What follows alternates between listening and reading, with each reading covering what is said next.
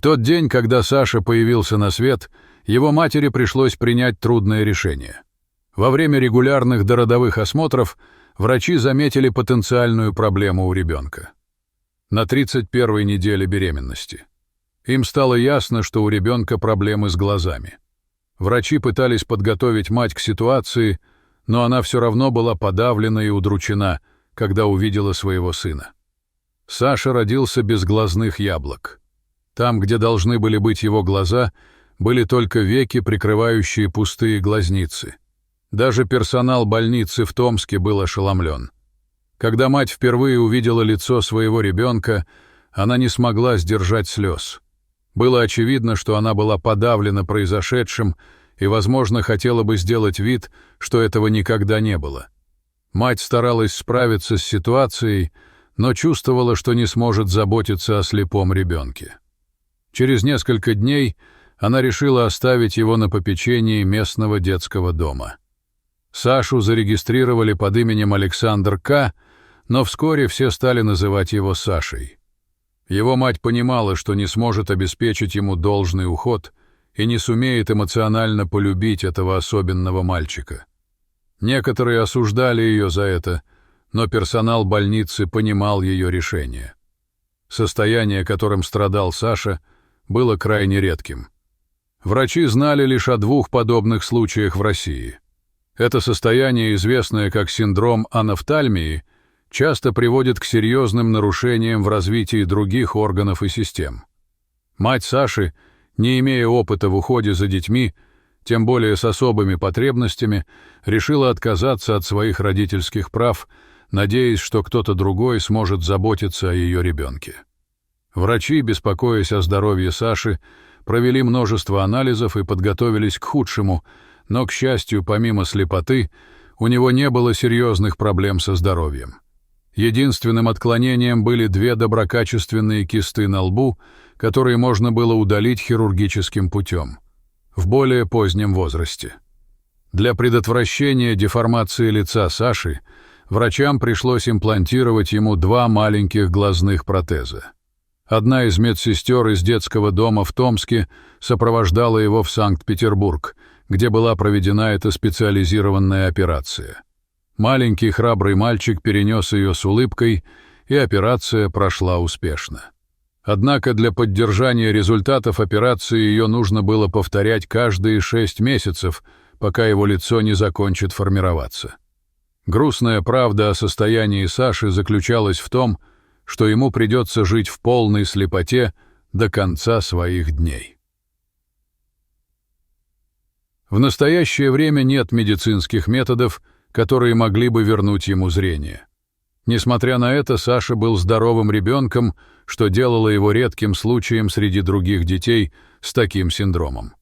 Он приносил радость в детский дом, где о нем заботились.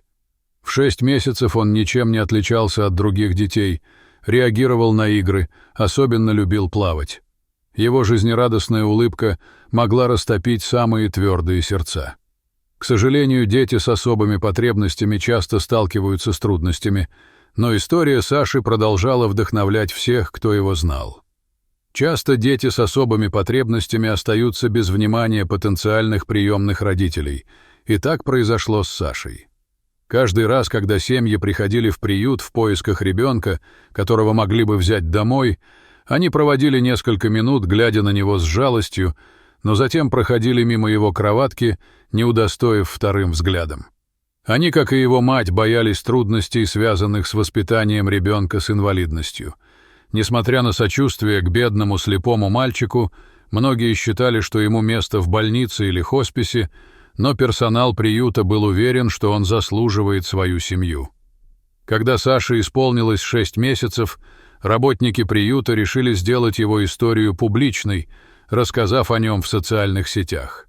История Саши быстро распространилась по всему миру, и он стал маленькой знаменитостью. На самом деле интерес к его усыновлению проявился со всего континента. Однако ситуация была непростой. Органы по усыновлению должны были убедиться, что принимают правильное решение для будущего Саши, поскольку международные усыновления становились все более распространенными. Саша мог бы оказаться в любой точке мира, и тогда возможность следить за его благополучием была бы утрачена. Рассмотрение дела Саши затянулось до Нового года, главного праздника в России, когда Дед Мороз приносит детям подарки. Но подарок, который получил Саша, превзошел все ожидания.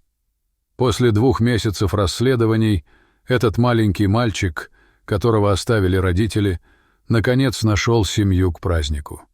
Ему было 8 месяцев, и когда он услышал голос своей новой матери, он расплылся в улыбке, которую сотрудники приюта сочли как знак. Чтобы защитить личную жизнь этой семьи, было сообщено только, что у них уже были 2 маленькие дочери, а сам дом семьи находился в другом российском городе. Это означало, что у Саши теперь были сестры, с которыми он мог расти.